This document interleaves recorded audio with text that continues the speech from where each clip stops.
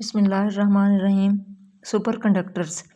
बच्चों, जैसे कि नाम से ज़ाहिर है, सुपर का मतलब है बहुत अच्छे कंडक्टर्स, जो कि करंट कंडक्ट करने में बहुत सुपर हैं, बहुत अच्छे हैं। ऐसे कंडक्टर्स को कहते हैं सुपर कंडक्टर्स। अब इसकी डेफिनेशन देखें। दीज आर दी मटीरियल्स, ये वो मटीरियल्स हैं वूज रेजिस्टिविटी बिकम ज़ीरो, जिनकी रेजिस्टिविटी जो है वो ज़ीरो हो जाती है बिलो अ सर्टन टेम्परेचर, एक ख़ास टेम्परेचर से नीचे इनकी रेजिस्टिविटी ज़ीरो हो जाती है। ऐसे मटेरियल्स को कहते हैं सुपर कंडक्टर्स। ठीक है। और ये जो टेम्परेचर है जिससे बिलो इन नीचे जाएँ तो इनकी रेजिस्टिविटी ज़ीरो हो जाती है, इस टेम्परेचर को हम कहते हैं क्रिटिकल टेम्परेचर। ठीक है। इस टेम्परेचर से नीचे इनकी रेजिस्टिविटी ज़ीरो हो जाएगी। Below this temperature they offer no resistance, और इस टेम्परेचर से जब हम नीचे जाएंगे तो ये करंट के फ्लो में कोई भी रेजिस्टेंस पेश नहीं करेंगे।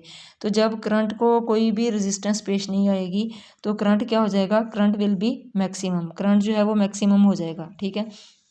एक तो ये फ़ायदा है कि जब टेम्परेचर बिलो हुआ क्रिटिकल टेम्परेचर से तो इनकी रेजिस्टेंस या रेजिस्टिविटी ज़ीरो हो गई। जब रेजिस्टिविटी ज़ीरो हुई तो करंट जो है वो मैक्सिमम हो गया। ठीक है। एक तो ये फ़ायदा।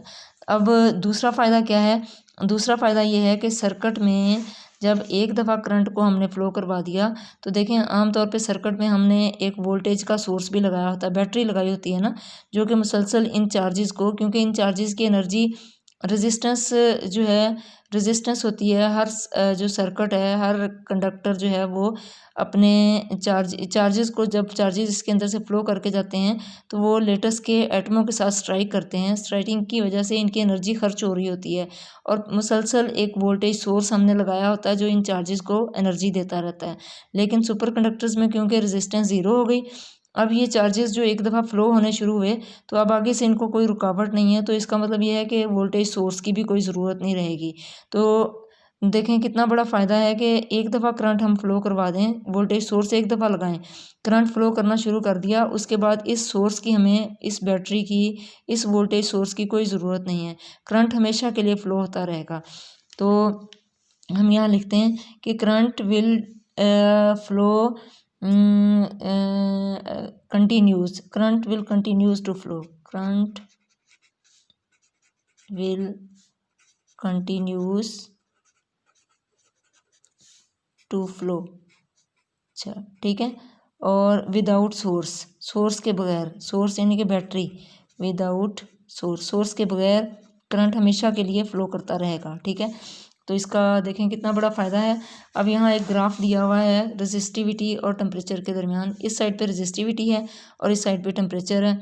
तो ये देखें रेजिस्टिविटी की कोई एक वैल्यू है और टेम्परेचर जैसे जैसे इस साइड पे टेम्परेचर इंक्रीज़ हो रहा है ना, हम बैक साइड पे आ रहे हैं, जैसे जैसे टेम्परेचर डिक्रीज़ करते जाएंगे रेजिस्टिविटी जो है कम होती जा रही है। ये देखें रेजिस्टिविटी इधर ज़्यादा थी, इधर कम होती जा रही है। कम होते होते एक ख़ास टेम्परेचर जो किस क्रिटिकल टेम्परेचर आगे या उससे नीचे आगे इसकी रेजिस्टिविटी क्या हो गई, ज़ीरो हो गई। तो इसको कहते हैं क्रिटिकल टेम्परेचर। ठीक है।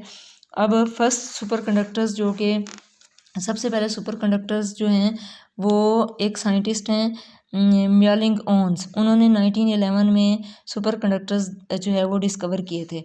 अब क्या था कि वो सडनली वो काम कर रहे थे मरकरी पे, और उन्होंने देखा कि मरकरी की अचानक जो है वो काम करते करते उन्होंने देखा कि मरकरी की जो रेजिस्टिविटी है वो 4.2 केल्विन से नीचे, जो ही टेम्परेचर 4.2 केल्विन से नीचे हुआ उसकी रेजिस्टिविटी ज़ीरो हो गई। ठीक है।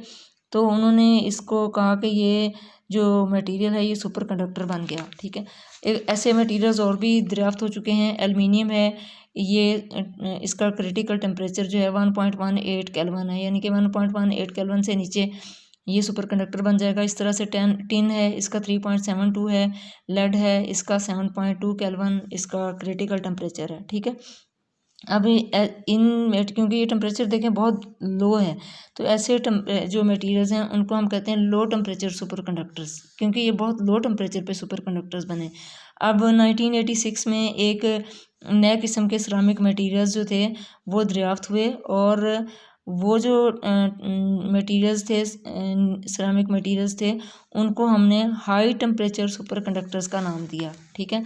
क्या नाम दिया, हाई टेम्परेचर सुपर कंडक्टर्स का, क्योंकि ये जो डिस्कवर हुए थे ये 125 केल्विन पे भी इन्होंने सुपर कंडक्टिविटी शो की, तो उनका हमने नाम रख दिया हाई टेम्परेचर सुपर कंडक्टर। क्योंकि देखें इस टेम्परेचर 1.18 या 3.72 उसके मुकाबले में 125 डिग्री केल्विन 1.5 केल्विन बहुत हाई टेम्परेचर है, इसलिए हमने इनको कह दिया हाई टेम्परेचर सुपर कंडक्टर्स।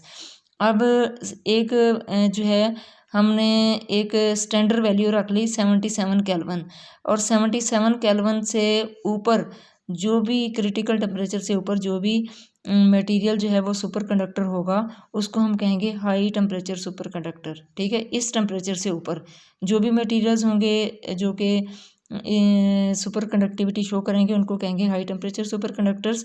और ये 77 केल्विन क्या है जो हमने स्टैंडर्ड बनाया है, ये लिक्विड नाइट्रोजन का बॉइलिंग पॉइंट है। ठीक है, अब रिसेंटली जो है वो एक कम्प्लेक्स क्रिस्टल स्ट्रक्चर है जिसको कहते हैं यूट्रियम बेरियम कॉपर ऑक्साइड। ठीक है, क्या कहते हैं इसको, यूट्रियम बेरियम कॉपर ऑक्साइड। ये एक साइंटिस्ट हैं जिनका नाम है प्रोफेसर याओ लियान ली।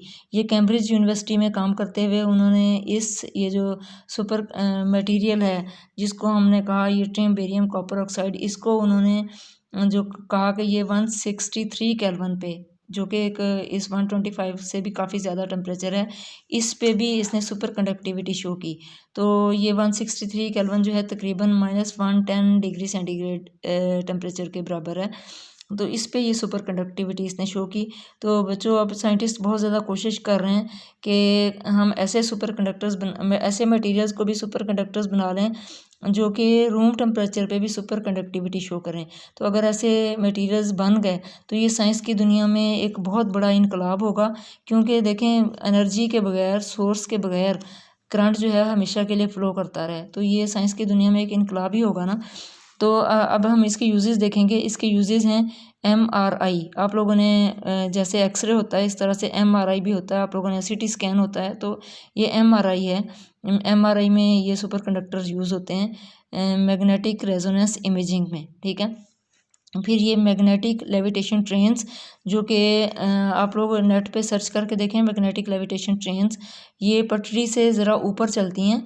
पटरी जो है वो भी मैग्नेटिक मटेरियल की बनी होती है, और ये ट्रेन का नीचे वाला पोर्शन जो है, जो पहिए टाइप होता है जहाँ पहिए लगे होते हैं, वो भी जो है वो मैग्नेटिक मटेरियल का बना होता है। और ऑपोजिट जो है होता है, नीचे जैसे नॉर्थ होगा तो ऊपर भी नॉर्थ होगा, तो नॉर्थ की रिपल्शन की वजह से जो ट्रेन है वो तकरीबन वो उसके ऊपर फिक्स होकर नहीं चलती, बल्कि ऊपर होती है, थोड़ा सा रिपल्शन की वजह से ऊपर उड़ रही होती है। जैसे ये एक हाथ जो है दूसरे के ऊपर दूर से स्लाइड कर रहा हो तो तेज़ी से जाएगा, अगर रब करके जाए तो आहिस्ता जाएगा। तो तेज़ी, ये बहुत तेज़ चलती हैं, यूरोपियन कंट्रीज़ में है मैग्नेटिक लेविटेशन ट्रेन्स।